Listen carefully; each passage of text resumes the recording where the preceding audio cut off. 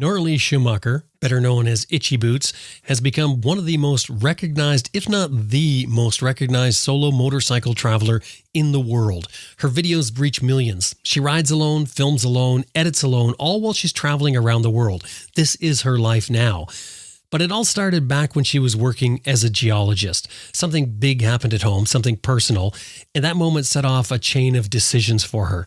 She quit her job, sold her house, and set out to become a full-time travel blogger. Not video, and it wasn't about motorcycles either.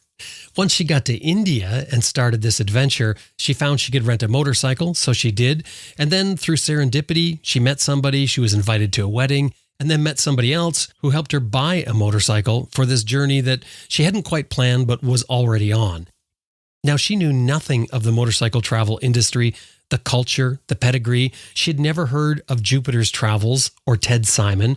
She didn't grow up dreaming of crossing continents on two wheels or followed somebody's blog or anything like that.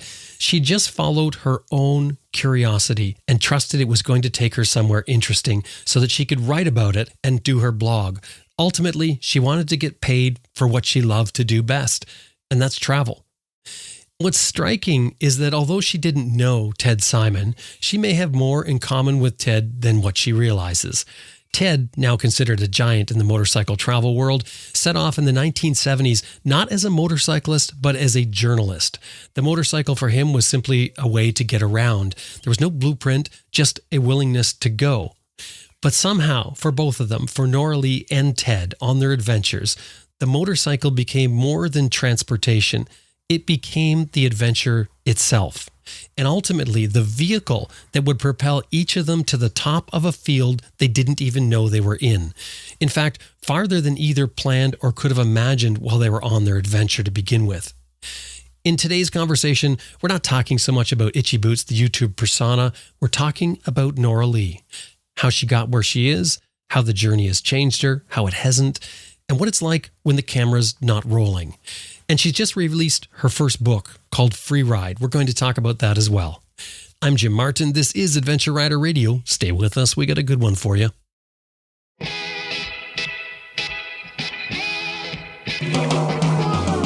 I'm Sam Manikin. Simon. Austin Vince. Simon Pavey. Helge Pedersen. Charlie Borman. Chris Birch. Elizabeth Martin. Jocelyn Snow. Quentin Smote. And you're listening to Adventure Rider Radio.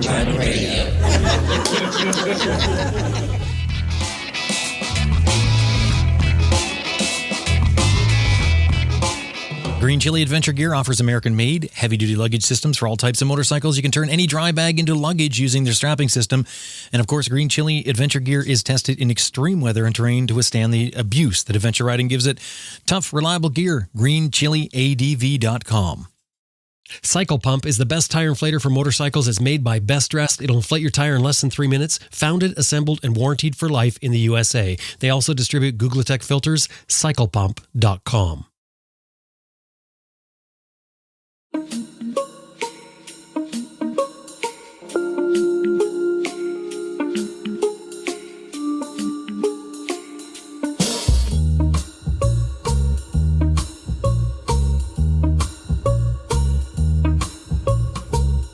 My name is Noraly Schoenmaker. I'm from the Netherlands, and I'm riding around the world on a motorbike.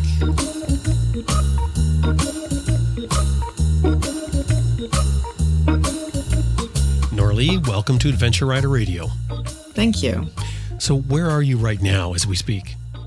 I'm now taking a break from my travels. I'm on my way to Japan, but I've now taken a small break because my book is releasing in the US and in the UK, so I'll be touring around the UK. So you're riding all the time otherwise, so this is like an unusual, you're saying taking a break, that means that that's unusual for you. I mean, there's not a lot of breaks. I've only really taken breaks when I have an accident. So last year... That sounds like a regular thing when you say it that way. It sounds like it's part of the routine. I mean, how many accidents are we talking here?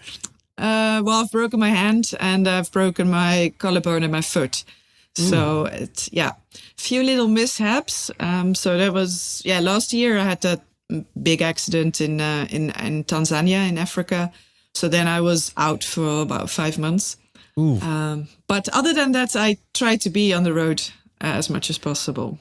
So talking about bikes, how did you first get on a motorcycle anyway? Because I know you had a Ducati, I think, at the beginning. Yeah, that was the first bike that I bought, that I owned. Before that, I have had one tiny little experience when I was backpacking around El Salvador. I tried a dirt bike one time, but then many years passed before I really figured, okay, I really want to get my license now. And I did like a quick course, like a 2-week course, got my license. And then the same day that I picked up my license, I went to the Ducati dealer and bought a Monster.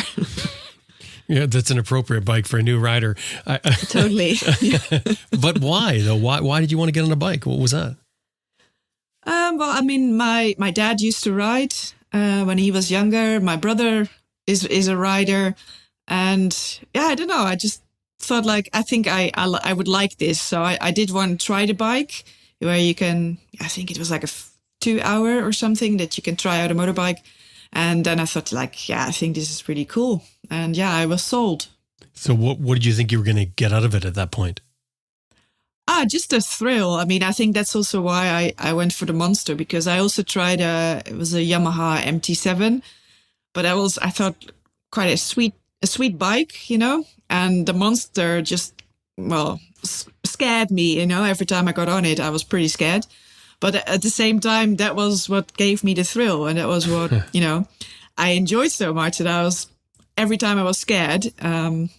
Yeah, so I'm glad I went for that bike and not for one that, you know, wasn't so aggressive. Why? Because I think that always, yeah, I don't know, that, like I said, like that gave me the thrill. And I think that was what I was looking for. So you think somebody might run into the danger of, if they buy a small bike, of not having that thrill as a new rider? I don't know. I always find it difficult to like speak for other people, you know, and like later, like now the bikes that I've been riding in the last couple of years, most people will say like, oh, those are small bikes. And I guess that's true. I mean, I'm not riding 1,000cc off-road, but for me, the thrill is within the off-road riding. But for the road riding, I really enjoyed that Ducati because that was giving me the thrill there. And on off-road, I don't need a big aggressive bike because the terrain itself, you know, is challenging enough, I think.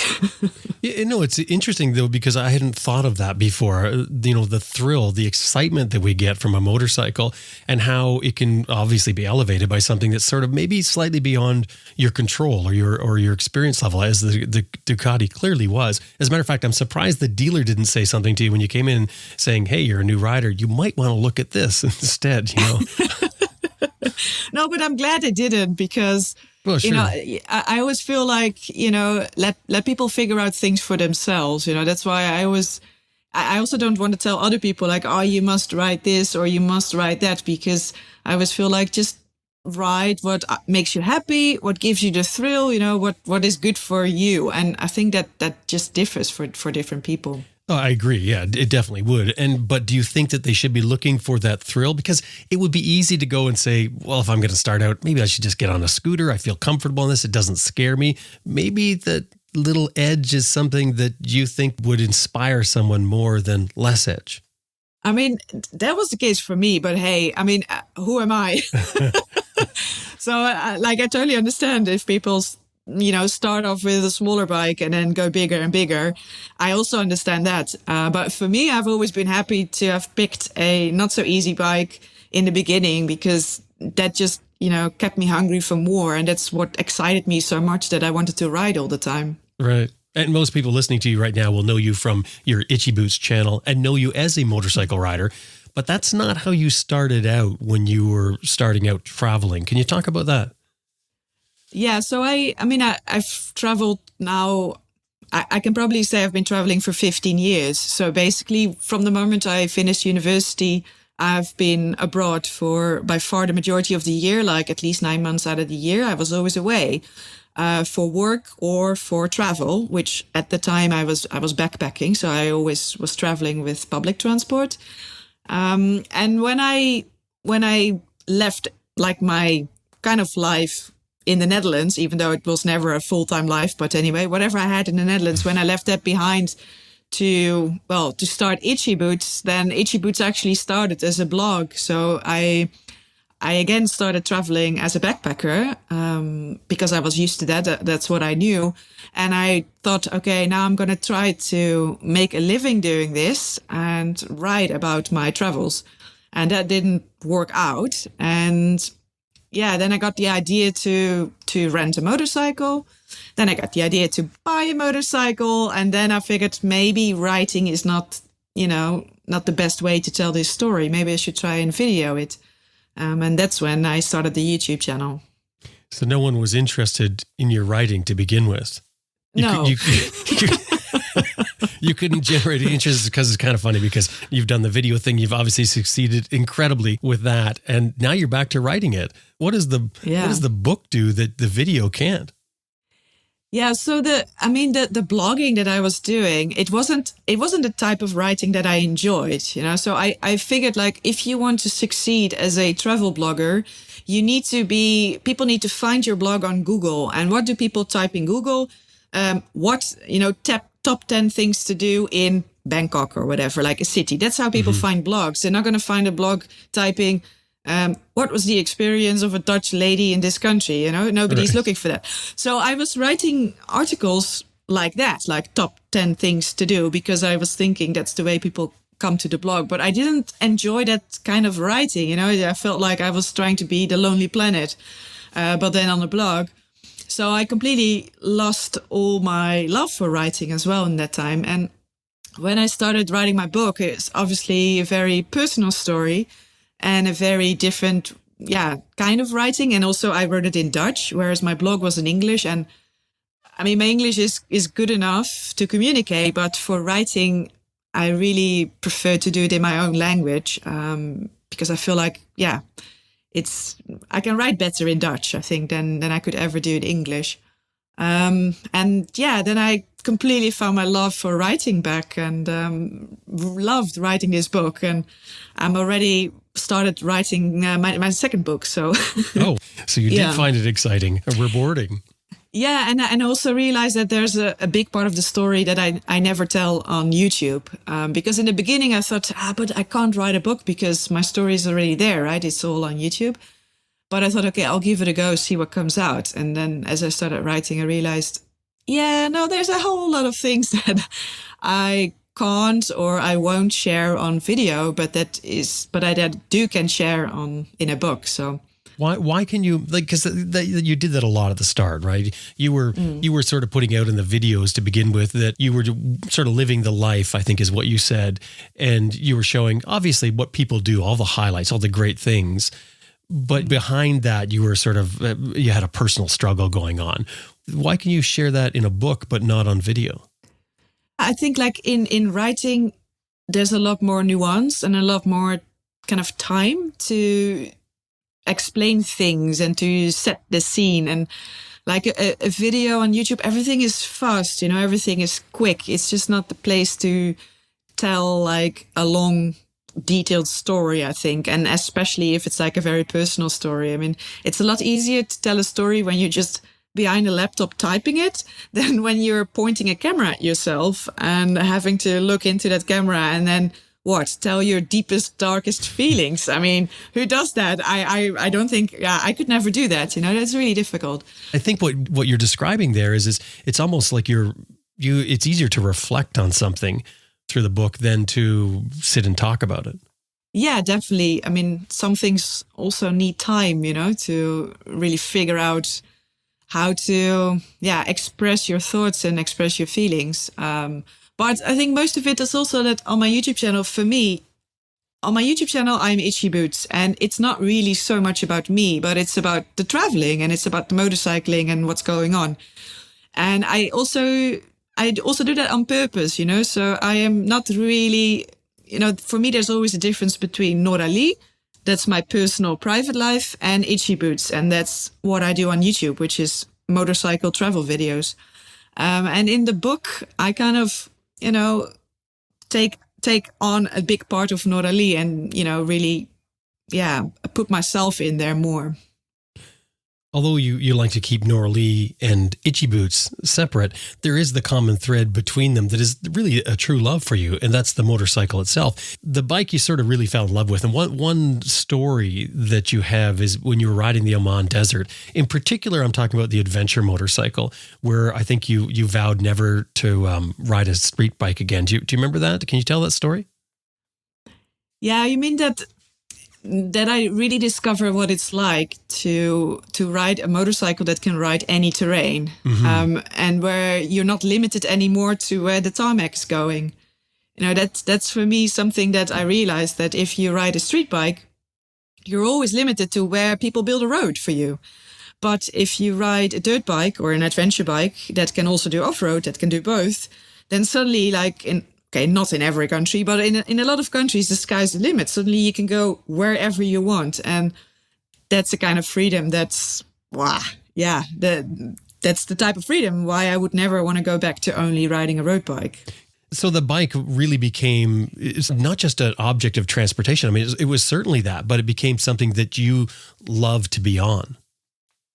Yeah, I mean, of course, it's always, in one way, you know, it's just a mode of transport. But at some point, you also realize that because I'm traveling alone, it's only the motorcycle and myself, you know. And then the motorcycle becomes more than just a mode of transport. It's going to be, you know, it's going to be the thing that takes you out of some hairy situations, and that's going to bring you back to safety. It's going to bring you back to a guest house instead of on top of a mountain.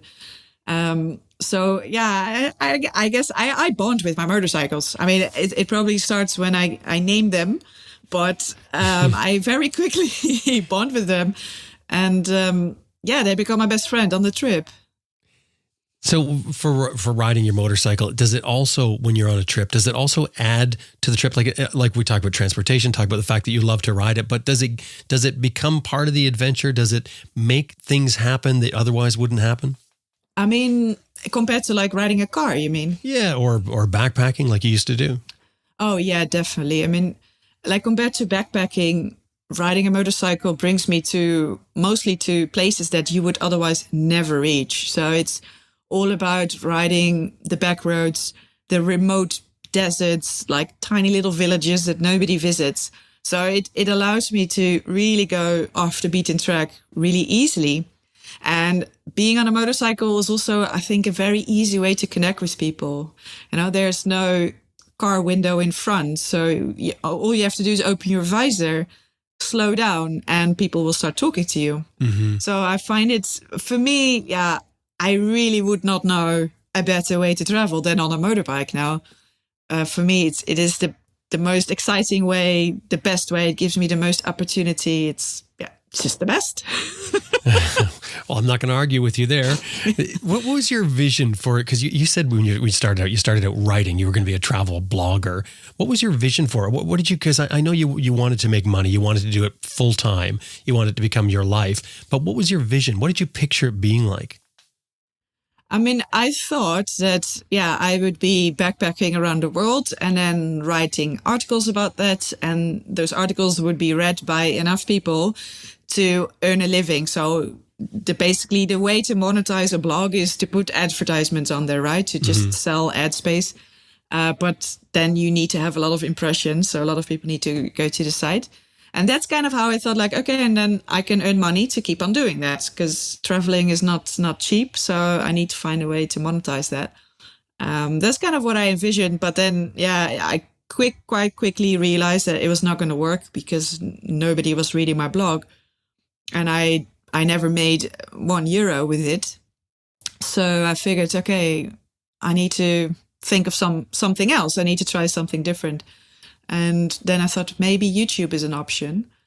I thought like, okay, maybe I can make some YouTube videos and, try and earn money that way. But I never thought it would get this big, and I wasn't really busy with that anyway. I never thought, I need to have so many subscribers or something. I never thought about that. I only had this kind of vague idea of, okay, people need to watch this, so I can make money, so I can keep on doing this. That was kind of all I thought. Right. So just to finance what you wanted to do, what you want to spend your life doing. Yeah. And this is the thought process I think that everyone has at one point. Doing something they love to do on a weekend or an evening or something like that, and thinking, man, I would love to get paid to do what I do. But there's a sort of a fly in that ointment that you run into of doing what you do for a living, because it does change the dynamic. And I'm interested in that in your case, how it's kind of like eating your favorite food every day. I mean, it can wear down the joy. Maybe it's not quite like that because you can still enjoy it. But there's a difference between, riding because you want to, or also riding because you have to keep the story going. Can you talk about that? Yeah, I feel kind of different sides to this because, I mean, first of all, for me, it doesn't feel like I am on a holiday, because I am not. It's my job, and it is so much work to be able to produce an episode. I'm now doing episodes per week. I did for a really long time. I did 3 and I was drowning. So I had to go back to 2, and that's still a lot. And so there's always a pressure of, I need to produce an episode and it needs to be of a certain quality, because people get used to, this is supposed to be kind of the baseline of what we can expect. So it needs to be good. It needs to have drone footage and interaction with the locals and nice scenery and maybe a problem. That's kind of what the audience seem to want. But the problem is that nothing is scripted. So I rely on what happens that day. And if I'm lucky, a lot of things happen that will make a good episode. But if I'm unlucky, not a lot of things happen, but I still somehow need to produce something. So it does give me pressure. And it's for me, it's not a matter of, I'm just riding around having a good time, because I am always thinking about the content. I'm always thinking about the footage and what I need to be filming and the storytelling. So it's always on my mind. But at the same time, there have been like a few times where I was feeling really overworked. The first time that happened was in season 2, because then I was still releasing a video every other day. It was crazy. Wow. And I was thinking, okay, I'm gonna get a burnout. I was feeling very close to that. And then I took a small break, and I told myself, okay, I'm gonna write a stretch and I'm not gonna film. And the first 5 minutes, I felt so relieved, because I was like, I can just write and I don't have to worry about anything. I'm free. And then after 5 minutes, I saw an amazing view, and I thought, yeah, but I have to film this, because if I don't, it never happens. That's kind of how it feels like. So if I don't film something, it never happens. So it also gave me, being able to make episodes also has given me a lot of purpose, and it gives me joy to be able to tell a story. And I do a lot more, research, what can I tell? And I really enjoy creating and I enjoy making. So ultimately, I realized if I'm only a tourist, because I've tried that before. When I was backpacking, I was only playing tourist and I had no responsibilities and no jobs. I was just full-time traveling. But that bored me at some point, because I kind of lost my purpose. I was like, another church or another waterfall. I really don't care anymore. So I know that if I don't make it my job, I'll just get bored and I don't want to do it anymore. And so, because I made it into my job, it has kept me entertained for 6.5 years now. So potentially, if you didn't make it into a job, you may not be on the road anymore. I mean, you may have got to the point where you're thinking, well, okay, I've been doing this a long time. I'm time to get a life, sort of thing. Yeah, I'm sure of that. I would have gotten bored a long time before. Yeah. Mm-hmm.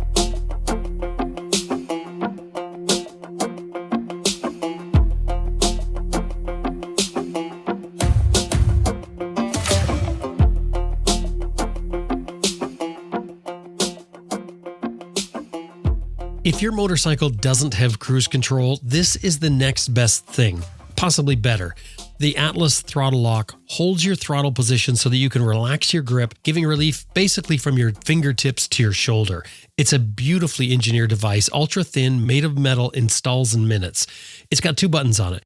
One for engage, one for disengage. They both deliver a solid tactile feedback that tells your thumb what's happening without you ever having to look at it.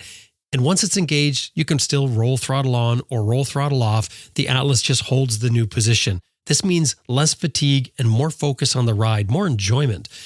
Invented by round-the-worlders Heidi and David Winters, the Atlas was born out of necessity, and it really shows because this thing is a rare combination, I think, of simplicity, quality, and real-world usefulness. It really makes it one of those upgrades that you'll use far more than you ever expected. I certainly do with mine. atlasmoto.com is the website. Anytime you're dealing with them, throw in there that you heard them here on Adventure Rider Radio. atlasmoto.com. If you're thinking of riding in Canada, but you don't want the hassle of shipping your bike, Canadian Motorcycle Rentals makes it easy. They've got locations in British Columbia, Alberta, Ontario, and Nova Scotia. CMR, Canadian Motorcycle Rentals, offers a fleet of newer BMW motorcycles with luggage ready for riders that are coming from across Canada or from around the world. You just fly in, grab your bike, and set off on your own adventure, whether it's the Cabot Trail, the Rockies, maybe a coast-to-coast ride. CMR makes it easy to ride with flexible options and top-tier bikes maintained by people who live and breathe motorcycling. CMR is run by the same team behind Renadian Adventures. They're known for their guided tours in Africa, Mongolia, South America, Scotland, Canada. Whether you want full support or full freedom, they've got you covered. CanadianMotorcycleRentals.com is the website. Anytime you're dealing with them, throw in there that you heard them here on Adventure Rider Radio. CanadianMotorcycleRentals.com. This is one you don't want to miss. Overland Expo Pacific Northwest, happening June 27th through 29th in Redmond, Oregon at the Deschutes County Expo Center. They're going to have over 300 plus exhibitors, moto-specific classes, hands-on rider training, expert demos, evening campfire conversations. Whether you're gearing up for your first BDR, planning weekends, or maybe something really big, get outfitted, get trained, get inspired. That's the Overland promise, and it delivers. Camp on site, meet fellow riders, and really just immerse yourself in the world of adventure travel. Tickets at overlandexpo.com. Overland Expo Pacific Northwest, that's PNW 2025, overlandexpo.com. Anytime you're dealing with them, throw in there that you heard them here on Adventure Rider Radio.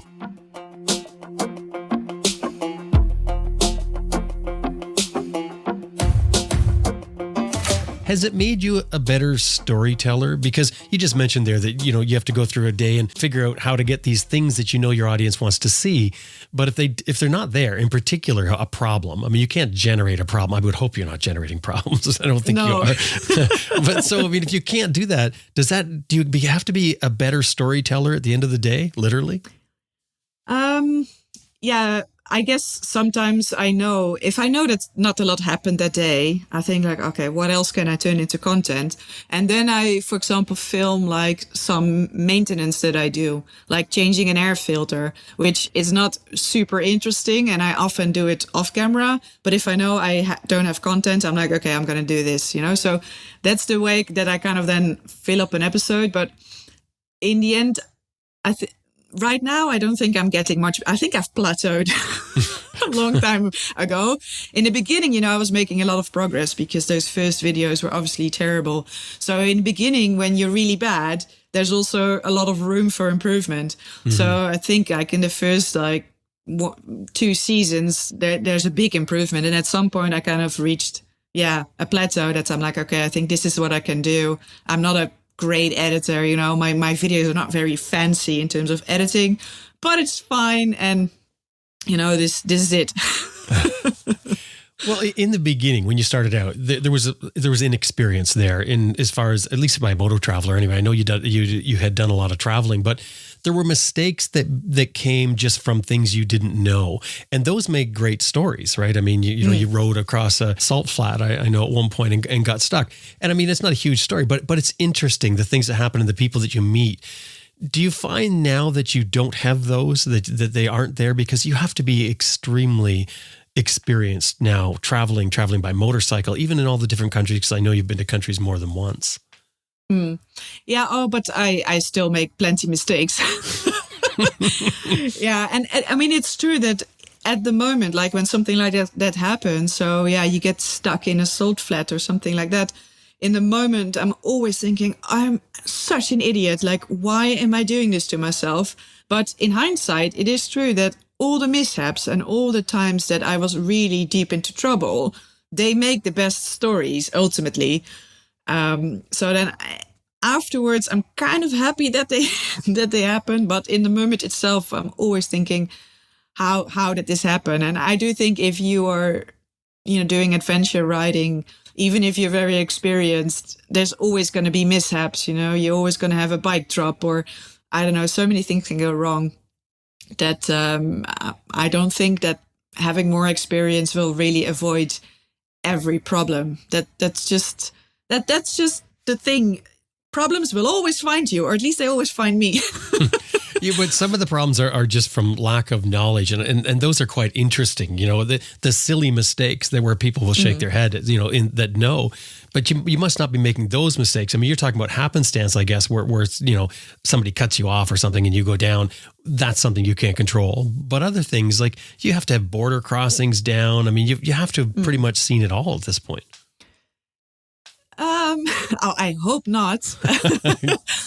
I hope not. But yeah, no, but I think like, especially when you do off-road riding, you can't control everything. You can't control the weather. You can't control the terrain. So there's always going to be things that are unexpected. And I think that's the beauty of it as well, that you cannot avoid everything. And, often when I read like the comments, it seems like people always think like, no, but you could have, if you only had, it's all the should have, would have, could have. Right. And for me, it's always a bit pointless, because I always think you can never predict everything that could happen. So you will always get yourself, or at least I won't speak for everyone, but at least like somehow I always manage to get myself into situations that you have to solve the problem there and then. And you just simply can't avoid everything. And I think that's the beauty of it as well, because you have to make those mistakes yourself.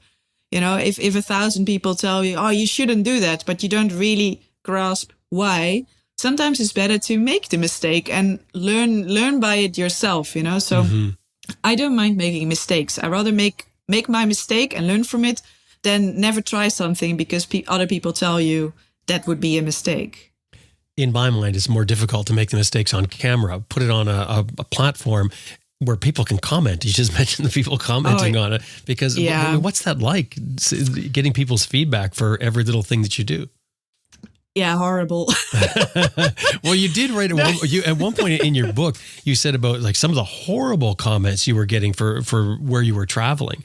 And to me, I mean, that's got to be tough. No, it is tough. Like, yeah, in some ways, I don't think you ever really get used to really nasty comments.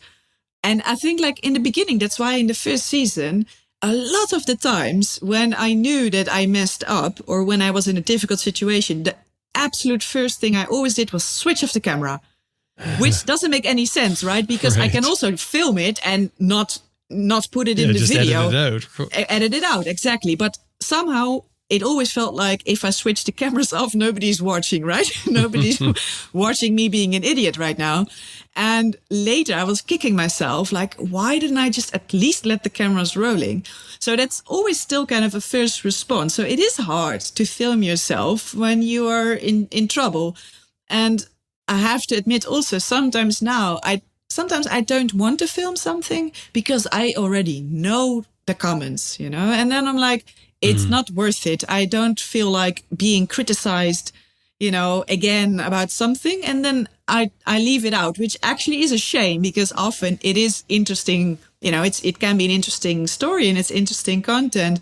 But sometimes I'm like, I don't want to be criticized on this, I rather than just put some nice drone footage and have people enjoy the video. So I think it does affect you as a filmmaker.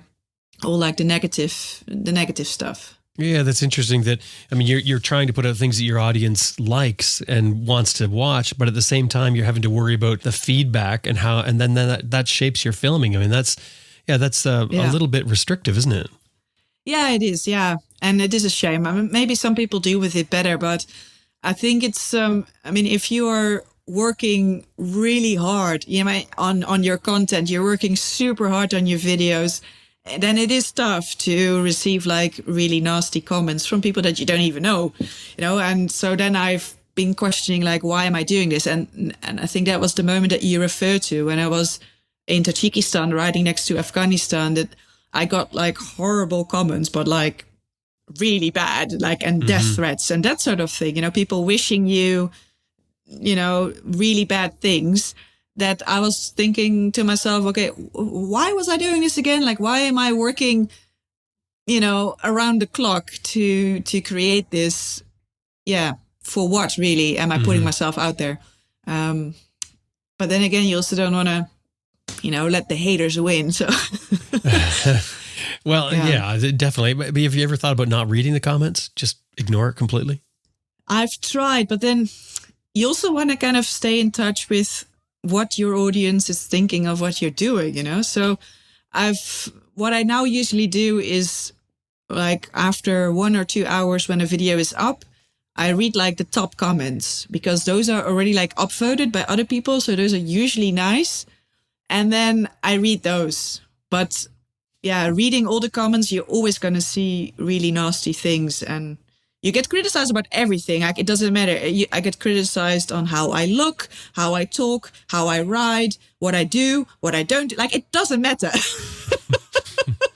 People can be very creative, and it brings you down. Like, it does. So yeah, it's not, I think, not good for anybody's mental health to constantly read negative things about what they're doing. So you need to protect yourself a little bit, but yeah, at the same time, you also can't ignore everybody. So it's surprising that people even do that. I mean, it's surprising that people want to do that. They want to go online and make these horrible comments. It just makes you wonder, what is their motivation?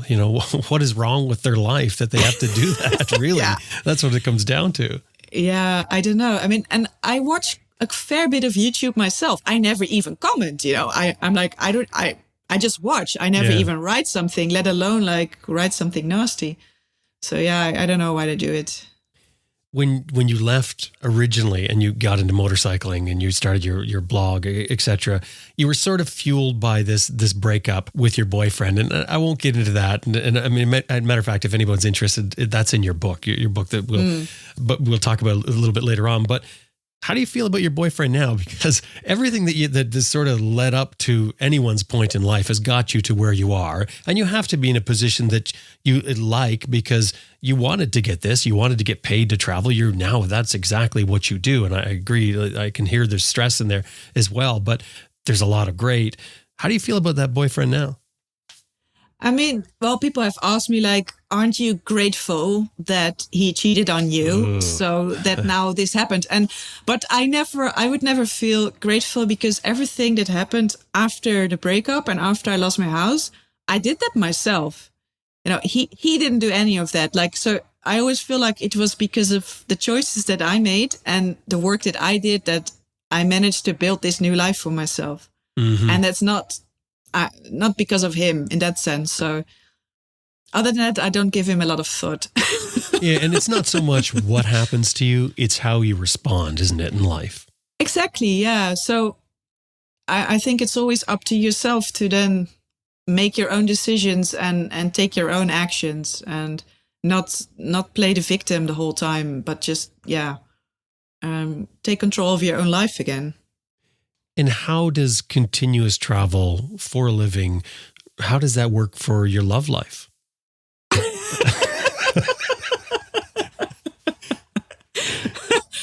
Yeah, good question. Yeah, no, this is obviously like, I never talk about these personal things. That's why what I said before. So, and in my book, I wasn't planning on writing about what happened with my ex-boyfriend at all, because that's a part of the story that I always kept to myself. So before I wrote my book, when people ask me, so how did you start this? I would always just say, sold the house, quit my job, and started doing this, which was true. But I never wanted to talk about this part, about what happened, because it was A, painful, and B, again, like I didn't know how to say it in like 2 sentences, and I just never wanted to talk about it. And then when I started writing, suddenly all of that came out, and I was like, oh, okay. I guess now I'm sharing this, but I only felt like I could share it because it's in the past. But I don't want to be a person who is talking about these things that are in the present, if you know what I mean. Like, in that sense, I'm like, I'm Itchy Boots, I'm riding motorcycles around the world, but I'm not, spending a lot of time talking about my private life. Mm. Did you just take a long way to tell me that you weren't going to answer the question? Yeah, that's none of your business. Yeah. Well done. Well done. Thank you.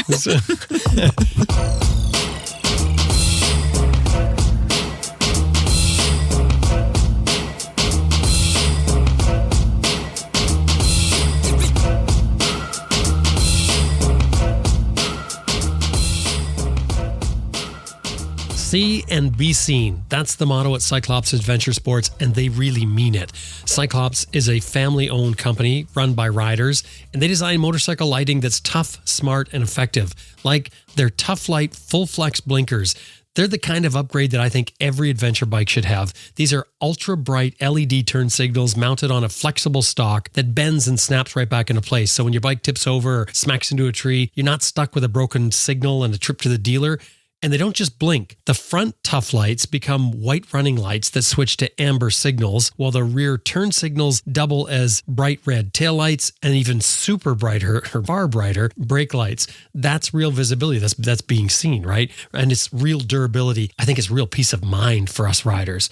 Also, plug-and-play LED headlight replacements, auxiliary lighting, CAN bus compatible kits, basically anything you want to light up your ride day or night, and it doesn't even matter what your ride is. They cover all kinds of rides. CyclopsAdventuresports.com. Anytime you're dealing with them, throw in there that you heard them here on Adventure Rider Radio. CyclopsAdventuresports.com.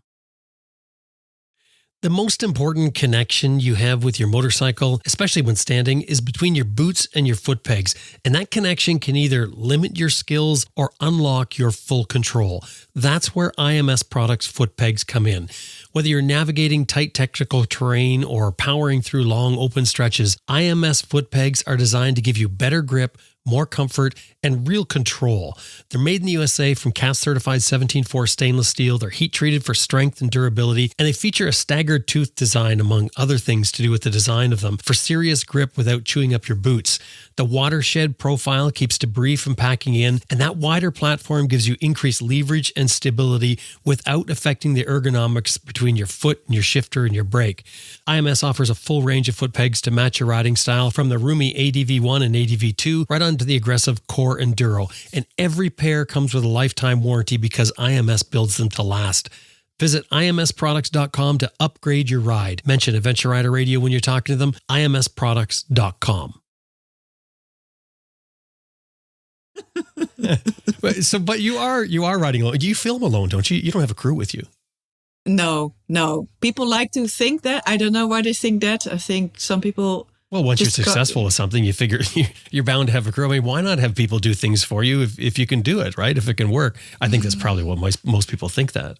Yeah, maybe. I mean, obviously, I've thought many times, like, okay, should I hire an editor, because I'm doing all of that myself. Mm-hmm. But I never felt like that it would speed up the process, because when I'm on the road, I record sometimes 100 gigabytes of footage per day. Ooh, raw footage.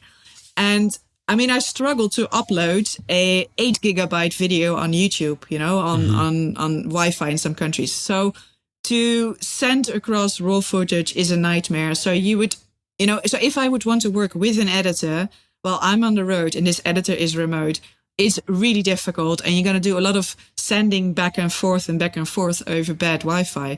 Whereas because I do it myself, I can immediately edit. And that's how I like to work. So I like to edit as I go and not end up with like tons and mountains of footage, because then editing becomes like this unsurmountable, is that a word? Mm-hmm. Task. So for me, I always felt like, okay, editing takes up a lot of time, but I do think I'm the quickest and the most efficient if I just do it myself on the road. So yeah, so that's why I never done that. And I think once I started using a 360-degree camera, I'm saying it wrong. When I started with the drone, that was for a lot of people like, see, somebody has to be flying this drone. And I was like, come on, people, it's not rocket science. Like, I am not the first person who figured out how to ride a motorcycle while flying a drone at the same time. It's not that hard. And the same with a 360-degree camera. Do you know how a 360 camera works? No. Okay, so it's recording everything, and then in your editing software, you can pick which frame do you want, but you can also move it. So I can like turn it around, and having a moving shot apparently is also, a lot of people just cannot understand how easy it is to take that. So they're like, somebody has to be moving that camera. So that's an obsession with people who watch your videos then, is trying to figure out if you have a crew with you. Yeah, I'm just like, sometimes I get a bit annoyed with that, because I'm like, I'm a solo traveler. If I say I'm a solo traveler, I'm a solo traveler, So I feel like when people are like, no, you have to have a crew, to me, it kind of feels like you're calling me a liar, If I would have a crew, I would say so. But why on earth would I want that? I want to travel on my own. Right. I don't really like traveling with other people. That's for me the whole thing about traveling, is that I want to do this solo.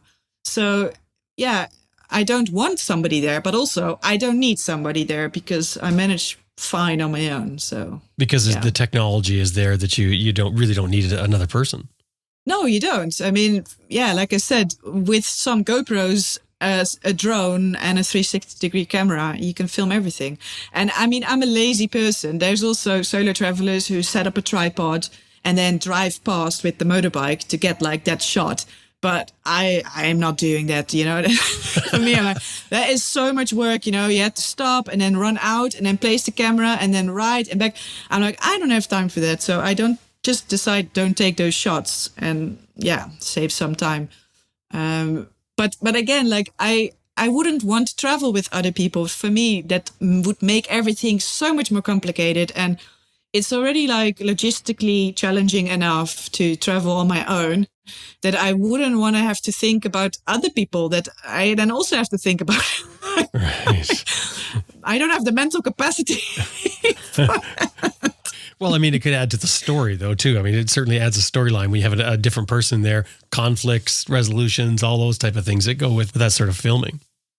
Yeah, maybe, but I'd rather be alone. But the solo travel, the whole thing of travel, I mean, you see this all the time. I've done this trip solo. The fact of the matter is you're riding roads and you're passing people and you're dealing with stuff all the time. So you are on your own, but there's certainly people around you, of course, that you're dealing with. Because when you said that, it reminded me of one time you said, I think you were on the Premier Highway and you went under a gate. Do you remember that? And, yeah. And it hit you that time that you were actually solo. Can you tell that story, that little story, the vignette of that? Yeah. So I understand what you're kind of going for, because you're right.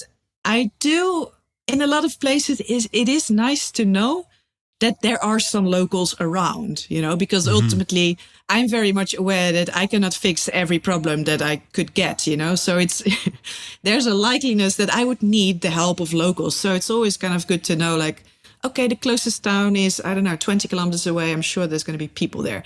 So I like to kind of know where the closest locals are that could help if I need to. And that time in Tajikistan, I was on the Pamir Highway and I knew it was going to be a remote stretch, but I also knew that there was going to be like a military checkpost. So for me, that was kind of like this mental note of like, okay, there's going to be people there. So, I kind of mentally pointed that for myself on the map. And then I arrived there and there's just nobody except for like a closed, a boom. You call it a boom, right? Mm-hmm. Yeah, boom gate. I was a bit like, hello. And then I thought, you know what, I'll just go underneath the boom and, happy days, I can continue. And then as I, left that place, I suddenly realized, but wait a second, but if there's nobody there, then my whole mental map of where the closest place of locals is not correct anymore. And suddenly you find yourself, at 4,000 meters, surrounded by nothing but mountains and no people, no villages, nobody, on your own. And then you realize, actually, if I get a flat tire, I'm not really sure if I can fix it. So that's, and then you suddenly really feel like, okay, I am really on my own now. It's really self-supported solo. Yeah, it's a special feeling. I don't know. Maybe it's because I'm from the Netherlands and we are such a densely populated country that you're never really truly alone here. You know, there's just people everywhere. So I'm not really used to like these vast places, you know, like vast deserts or mountains or places where there really is nobody. So that was a first feeling. And in all my travels before, when I was backpacking, you're never alone, because as a backpacker, you're either in a bus with people or there's always people around. You never find yourself alone like this. So that was the first time that I really experienced that. And it's a scary, but also a very thrilling feeling. And I think it's extremely addictive, really, that feeling of being scared. And then the relief when you make it through, that is so addictive. And I think a lot of people will get that feeling even just for travel, particularly in a foreign country where they don't have a grasp on the language barrier, because that is a type of solo. And I think this is probably where it comes from, where, you know, people are saying, oh, I did this trip and I was solo. And as I mentioned, you're not really alone, but in a way you are, you know, mentally you are, because what you described right there, that's a mental construct, right? You're in your mind thinking about how far people are away, but there could have been someone closer, or maybe there wasn't. It doesn't really matter until something goes wrong, really, what the result will be. So it's all in your mind. And I think some people will get this just thinking about travel, you know, and with you, what I'm wondering is, when it comes to that solo travel, when it comes to that language barrier, I know there's many times where you've had a problem and you've had to get help. And sometimes you've been physically and emotionally exhausted and you've just given over to a stranger. Talk about the feeling that gives you when you give over, when you just come up to someone and express that you've got a problem, and then you just get in their car or you follow them in a building or something. You give over and you trust someone to help you. Yeah, I think like when you travel a lot, I do think that you develop maybe a pretty good instinct for people that are, you know, for the good ones. So, and I tend to listen to that as well. So I definitely do not trust everybody. And if I get a bad feeling with someone, then I try to listen to that. But yeah, in the cases that you really need help, and then there's a person or there's several people, yeah, that feeling of relief of like, okay, there's help, you know, and that's a great feeling. And I think, to begin with, it's already the feeling of like, okay, there's people that know that I'm here. Because that's another thing of traveling alone, is that I often also, when I got into trouble, that's when you realize nobody even knows that I am here. Right. You know, and just the idea of like, okay, at least a person knows that I'm here is already like a big thing. So there was a time in Bolivia where suddenly it started raining very bad, like very hard. And suddenly there was what used to probably be a small waterfall crossing the road suddenly became like this brown river, like ripping out trees and that sort of thing. And I had to cross that. And I saw at some point a person in the distance looking at me, an old lady. And well, I tried to get her to help me, but she was like, no. But as I went through that water, at some point, you know, my bike stalled and was taken by the water. And there was a moment where I thought, I'm going to go over the edge. But at that point, at least I had in my mind, this lady has seen me. So I was like, if I go over the edge, at least there is one person who has seen me like die there and can tell people like, okay, you know. So for some reason, just, yeah, the thought that, okay, at least some people know that you're there is already a big relief. Do you use a tracker now when you're riding around? Yeah, so few years later, so now I always travel with the Garmin InReach that does exactly that. So my best friend always knows where I am. She can always look up where I am. So that feeling is a little bit covered now, and I've used it also a few times to call for help. So that has been an absolute lifesaver. Oh, really? Wow. Like what? Can you give an example? Well, I've used it once when I was in Mauritania in the Sahara Desert and my bike didn't want to start anymore. And I used it when I was in Africa with a broken collarbone and a broken foot on the side of the road. And I also used it once in Namibia where I had a flat tire in an area where there's desert lions. I also used it there. So yeah, I've used it a couple of times, and that has really helped me. With confidence-wise, like with reassurance. But to actually call help. Physically help you. Yeah, yes, particularly. I can imagine the lines being close by being a little alarming. I was thinking of the first one, though, you mentioned that where your bike wouldn't start. It's kind of bizarre to press a button or to send a message via satellite, go into outer space, come down somewhere completely different and ask for help on getting your motorcycle started. How did that work out? Yeah, so I mean, the Garmin InReach that I use, it has an SOS button, but that one I've never used. So that is, you only need to use it when it's a really a life or death situation. Mm-hmm. But what I've used it for is you can send text messages if there's no cell phone reception. So when that happened in Mauritania, I sent a text message to my best friend with the phone number of a local that I had met at the border when I entered Mauritania. It's so random. So this local Mauritanian man, Ahmed, he approaches me and he tells me, I work for the tourism Ministry of Tourism or something in Mauritania. Here's my phone number if you ever need something. And I was like, okay, yeah, sure, thanks. And I just put it away thinking I'm never going to ring this number. Mm-hmm. But it was the only number of a local that I had. So I texted my friend saying like, please contact him and send him my coordinates because I really need help. And she did that, and he jumped in the car and rode for, I can't remember, 8 hours or something. Wow. To come and collect me. So that was a big help. Yeah, it's incredible how local people go out of their way to help a foreigner. Does that happen in a country where you speak the same language? No, I mean, I never speak the same language. Or what do you mean? If that would happen I guess what I'm asking is if you're in the Netherlands, would you get the same kind of service? I think we know the answer. Oh, yeah, this is always so hard. Probably not. I don't know. I mean, I've never been in that situation.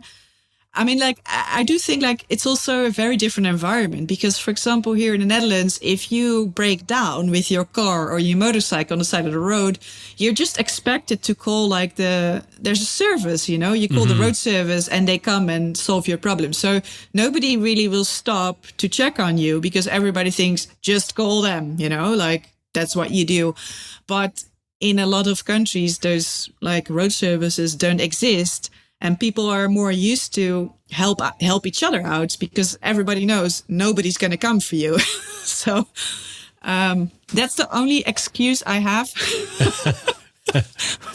for thinking that people probably don't help you in the Netherlands. Well, I think like in North America, for instance, I've mentioned before in the show here that when someone sees someone broken down on the side of the road, you tend to just drive right by because what you think is they've got a cell phone. And we don't have phone booths anymore or anything like that. People don't help each other on the side of the road here. It's just you assume they've got a cell phone. They'll call and you just sort of leave them there. And exactly. It's interesting how technology has made us less connected, although it's supposed to make us more connected. Yeah, although I still like to think that if you would, like in the US or in the Netherlands, if you would stand next to your stranded vehicle and if you're actively flagging somebody down, surely they would stop. Yeah, we hope so. We hope so, yeah. Right. But when you're in these situations, when you have a problem in a foreign country, we're talking about trusting people. I'm wondering, do you find that because you're more experienced now, do you find you trust more people? I know you said you use your sixth sense sort of thing to feel if these people are trustworthy. Do you find more people trustworthy, or are you just better at telling the trustworthy ones from the not trustworthy? Yeah, that's a difficult question. Yeah, I don't know. Maybe I am trusting more people because I mainly have good experiences. I think like the more positive experiences you have, the more people you trust. And the more negative experiences you have, the more you mistrust people. And because the majority of my experiences are good, I do think it helps with like a bit more trust in humanity, and kind of, seeing the good and expecting the good and then also receiving the good. Mm-hmm. And that's where a lot of the stories come from as well, I'm sure. Yeah, although I do have to add, like, I mean, in some places, like, for example, my journey through Africa, you also, you're very aware that money gets you very far, so people will help you. And they kind of maybe expect you to pay, if you know what I mean. So things are often immediately a job, and I was always really happy with that anyway. I was like, okay, you help me. That is great. And I'll pay you well for it at the same time. But it is always in the back of your head, like, okay, surely it's going to be very easy to find a solution here, because if you pay, anything can get done here. And that kind of addresses the thought process of traveling through countries where people maybe are less off financially, and it's not that anyone's taking advantage of them, but taking from them because you're asking for help because you're on your trip, and they help you out. If you're paying them, you're actually contributing rather than just taking.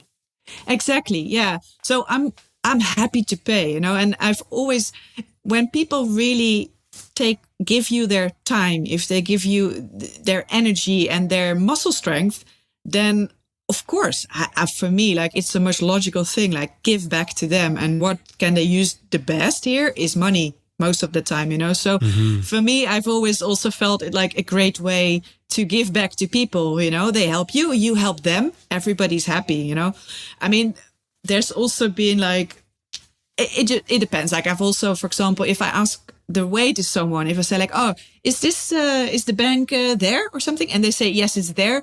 You're not going to whip out money, that's just a bit weird. But yeah, people that have pushed my bike or, I don't know, helped me in any of those ways, I always pay them. Yeah. So that's really good. You're not just breaking down, having a problem, waiting for somebody to come and help and sort of leaning on them. You're quite willing to pay your way. It makes me think of Ted Simon's book. Ted Simon. When you started out, you didn't even know who Ted Simon was. You didn't know you never saw The Long Way Round. Can you talk about that? When you first heard about Long Way Round, just tell that story. Yeah, that was in Myanmar. I was really not into the whole motorcycle adventure scene, like, I probably thought I invented it at the time. I just thought like, oh, okay, I'm going to travel on a motorbike. But I had no idea that, there was a scene and, people had been doing that. So I was traveling around India on my newly bought Royal Enfield. And then I had to cross the border into Myanmar. But Myanmar could only be crossed with a guide. The government doesn't let you roam around freely. They want to keep an eye on you. So you have to go with a guide. And that's so expensive that people kind of group together. So I was with a group of other motorcyclists, and they were talking about this, like, oh yeah, have you seen A Long Way Round? And I was like, long way what? Never heard of it. And then they were like, oh my God, how can you not have seen them or heard about them? I was like, no idea. But now, of course, I know. Did you ever watch it? Little bits, but not the whole thing. No, but because I always felt like I don't want to be influenced too much by, how other people made their episodes or by how other people traveled. I always felt like I just, want to do my own thing. But at least I know about them now. Right. But do you understand the authenticity that your story has of your adventure because of that? Like, I mean, you were entering an industry that was already developed, yet you were entering it as if it didn't exist. I mean, that's pretty incredible. Yeah. Or ignorant. I don't know. Yeah, but I mean, sure, it's ignorant. Of course, if you look at it from hindsight. But I mean, there's something pure about that. There's something pure about the idea that, like you said, you could even thought that you invented the whole idea. Oh yeah, I may be the first one to do this, which I think Ted Simon did as well when he wrote his book. That's a pure start to an adventure, to not come in and learn all of the mythology, all of the history, the heritage in our industry before you start doing it. And then to come out where you are now, doing these videos that are so popular that people are looking to you to influence them. You are part of this heritage now, this mythology that you knew nothing about. Yeah, that's so weird. Honestly, yeah, I find it crazy, actually. But yeah, maybe it is the best way to do it. Like, if you want to start something like this, don't watch what the others are doing, start doing your own thing and develop your own style. I totally agree. Yeah. Because ultimately, like, the way I make my episodes, they are in no way like the best way to do it or something. Like, there's people that do it much better than me, or in a completely different way. And I think that's the beauty of it. So yeah, the more people are doing it in their own way, the better. Yeah, and you use your own influences, the things that you've learned in life, or the way you want to see something, and you come up with something original rather than trying to duplicate someone else's thing. Yeah, exactly. Yeah. As we've mentioned several times, you've written this new book. It's called Free Ride. What is the book about? Well, it's mainly about how it all started. All the things that happened before I started Itchy Boots, because I came from not the best place in my life at the time. And it tells the story of how that all led to buying a Royal Enfield in India and riding that through 25 countries back to the Netherlands. Mm-hmm. And we alluded to it as well. It talks a lot about the things that were going on behind the scenes. Like if someone has followed you all these years, this is a book that's sort of gives you into an insight, like you said, into Noraly rather than into Itchy Boots, and sort of gives you some background, which is quite powerful for anyone who's really followed your story, to know that there's another story, as there always is with all of us, quite a different story really that goes along, that parallels the Itchy Boots story. Yeah, I think so. So I hope that people that have maybe seen some of my videos, that they will enjoy it. But also if you haven't seen the videos, I think it's also great, because then you really get to experience everything for the first time. What do you hope that someone gets from the book and from your videos for that matter? I mean, I would never say like, do as I do, because I know that, riding around the world on a motorbike on your own for years, it's not really for everyone. I don't think everybody would enjoy that. But I would say that what I hope that people get from it is to follow their passion, even though it might not be the most conventional way of living your life or what society expects from you. Because ultimately, I was early 30s when I started. I am now, unfortunately, approaching late 30s. And, it's not really what society expects from a woman my age to be doing full time, and you get confronted with that. Well, in some countries on a daily basis, like, why are you not married? Why don't you have children? Like those type of questions. So I know that the way that I live my life is not really the most conventional, but I hope that people get from it is that you don't have to live your life the way other people want you to or expect you to. And I think it's important to ultimately follow your own passions and live your life the way you want to, because you only get one. And it's better to live it your way than how society wants you to. Do you think there's a price attached to that? Yes, I think, maybe you're referring to like loneliness. It would be all of the things that go along with it. Like you just said that people expect a woman of your age to be doing a certain thing, whatever they're projecting onto you. And you sort of have to defend that in a way. Like when somebody says something, asks you about your love life, for instance, and you don't want to answer. Exactly. Well, because I stopped defending myself, like right. I just say I'm not going to talk about this. Yeah, right. But you are right. It's like people expect you to then have to defend, the way that you live your life. And I don't do that. I just stop defending myself, because what's the point, Yeah, you're not going to convince him, but I'm just wondering, like, what they're going to ask, and the big question is always why, right? How do you respond? Sometimes I just say, I'm not discussing this with you. Or sometimes you go a long, convoluted way of saying it, trying to be very polite and somewhat crafty too. No, but I think like the thing that I'm referring to is I have total strangers, or for example, a man in a uniform at a border who's asking me like, why are you not married or something? Or the police, and usually I just go, is this a police question? And then I go, oh, no, ha, ha, ha. Right. Because they also realize it's a totally inappropriate question to ask a total stranger, and especially if they are wearing a uniform. I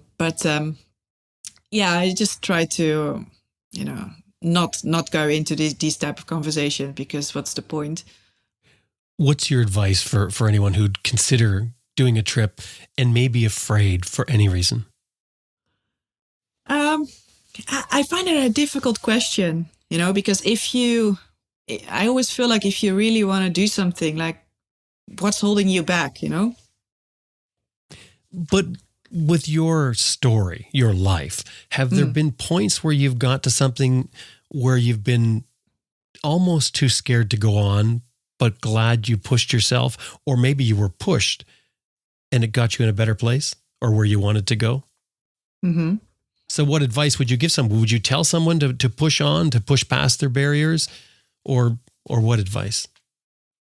Yeah, I mean, there's been times that I've turned back as well, so there's been times where I thought maybe this is not a good idea and I've turned back. So I would never say like you always have to push forward, but I only think like push forward when you really believe in something. But I don't know. I find these questions always really difficult because I don't feel like I'm some sort of guru who has figured life out, So that's what I always find so difficult. Like I feel like I can only talk about how I did things, but to tell other people how to do things, I always find it a very difficult position, if you know what I mean. Well, Noraly, that's very honest and authentic. Again, it really is, because most people will give the advice, just do it and things like that. But I think what I'm getting from you is saying that if you need to be told to do something, then perhaps it's not for you. Exactly. Like, I always feel like don't let other people tell you what to do. So that also means I shouldn't be telling you what to do, right? Because I always struggle with that, because I think especially if you're on social media, you get unsolicited advice a million times a day, and people trying to tell you what to do or what not to do a million times a day. So I always feel like don't tell other people what to do. So that also goes for me. I really don't want to tell other people what to do. You have to figure it out for yourself. Everybody is different, It's great advice. Well, Noraly, thank you so much for taking the time to talk. I've had a great time talking to you. We'll have to do it again sometime. Thank you so much. And congratulations on your book, because really, like, that is a good read. And I asked you before we started recording, did you write it yourself? Because it's really well done. I mean, you did a great job. Thank you very much. Like I said, I always wanted to be a writer, and I hope I did a decent job for my debut. Well, let's hope that you're going to have a home run like Ted Simon did with Jupiter's Travels. I hope so. We're going to put a link to the book in our show notes. Thank you very much. Thanks for having me.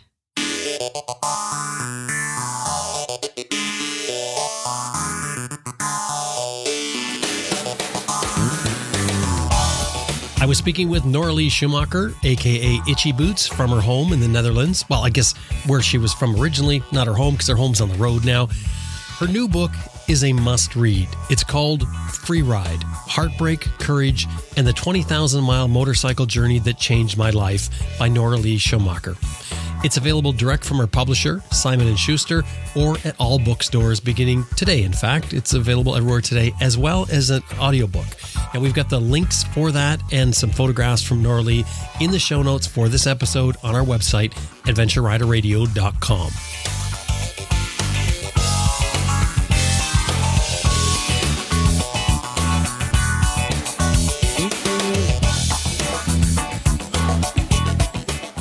Hey, I just want to remind you that this episode has been brought to you by Green Chili Adventure Gear, greenchiliadv.com, Motobreeze Chain Oiler at motobreeze.com, and Best Rest Products at cyclepump.com. And we'd really appreciate it if anytime you're dealing with these companies, anytime email or otherwise, let them know you heard them here on Adventure Rider Radio.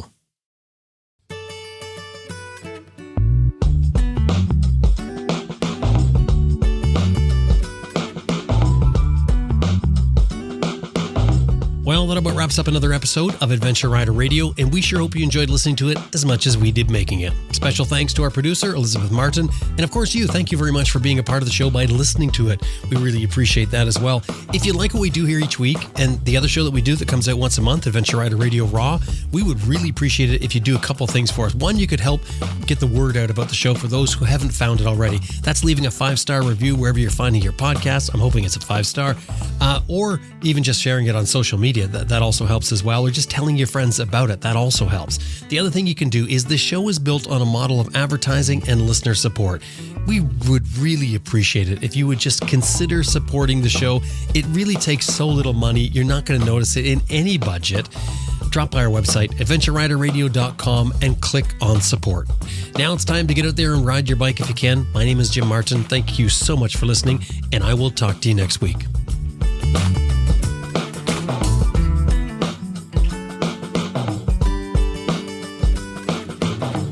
Well, I'm Ted Simon, and here I am on Adventure Rider Radio again, and extremely happy to be here with Jim Martin.